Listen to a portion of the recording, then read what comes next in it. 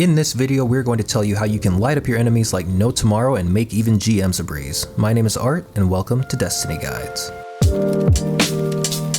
This is one of the most unique and fun builds I've seen in Destiny. As you can see from the gameplay, when I use this bow I can shred through tons of enemies. This also feeds into my super, which I can get back constantly as a result. Whether you're running solo or with buddies in an endgame session, this build is fun to have around. To start off, you're going to need the exotic bow Hierarchy of Needs, which you can only get from the final boss of the Spire of the Watcher dungeon. This bow is one of the most unique weapons in the game. Precision hits and final blows build guidance ring energy. At full charge, hip firing creates a guidance ring. Now, just like it says, once you build up enough guidance ring energy, you can hip fire to create a guidance ring. This perk is what helps this entire setup work. Once you fire through a guidance ring, your arrows are literally guided towards enemies in its path. This is thanks to the perk Apollonic Tangent, and since the bow is solar, we can use the right aspects to detonate enemies, causing an insane chain reaction of explosion after explosion. This bow also comes with a catalyst that reduces the draw time and reload speed when deploying a guidance ring or striking a target with a seeking projectile. This of course only enhances our damage output to enemies, so it really does help to have this. Next, you're going to want Solar and Phoenix Protocol equipped. This exotic chest piece comes with the perk Battle Hearth, which states kills and assists you make while standing in your well of radiance returns super energy. Since we're going to be getting so many solar kills in such a short amount of time, one of the best ways to capitalize on this is by getting extensive super energy.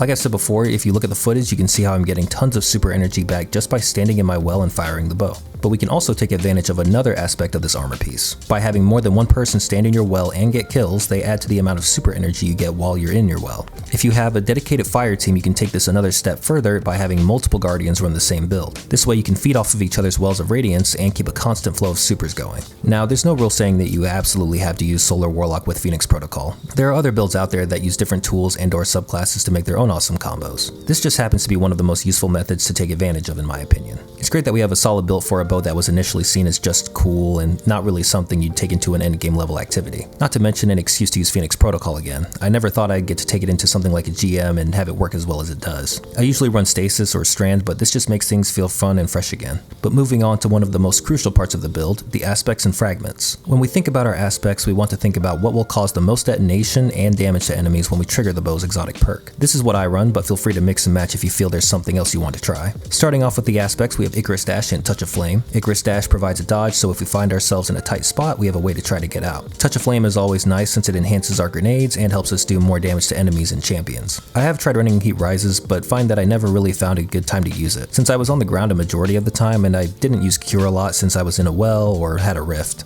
I usually saved my grenades for bigger enemies like champions so I could kill them faster. It's not a bad choice to run it, but I found Icarus Dash more useful.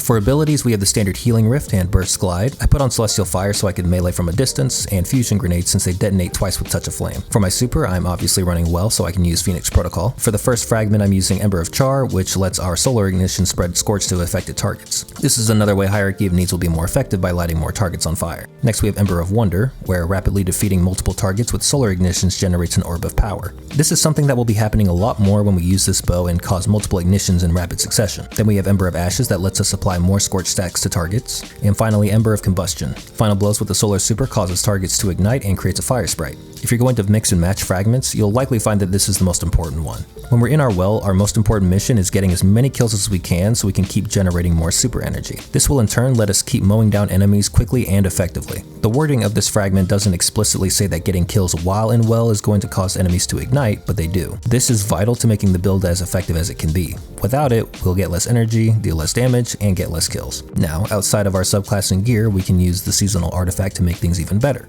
Having anti-barrier bow is always great for stunning barrier champions, so that's a plus. Next is Elemental Fury, where while stunned, champions take bonus damage from your abilities. This is pretty self-explanatory, but really nice to have. Then we have Rapid Fire Ranger, which weakens combatants for a short while after landing rapid precision hits at a distance. It's very good to have when dealing with champions or other tough enemies you need to get rid of. For the rest of the artifact slots, you can choose whatever else you'd like. These may not be necessary, but they're still very good to have on hand, and it's better to have them than to not. For your armor outside of Phoenix Protocol, there's nothing else that's essential to run, so feel free to use just about whatever you see fit for the rest of the mods. With that, you have everything you need to light up your enemies like it's nothing. Like I said, this is one of the most fun and creative builds I've personally ever used in Destiny. It takes advantage of a bow I thought would never be as useful as it is in a build like this. Not to mention, playing a supportive role with well only makes this build even better. This is something I wish the game had more of. There are definitely others out there that are fun to use, but this is one of my favorites for sure. But with that, you guys have a great rest of your day. Take care.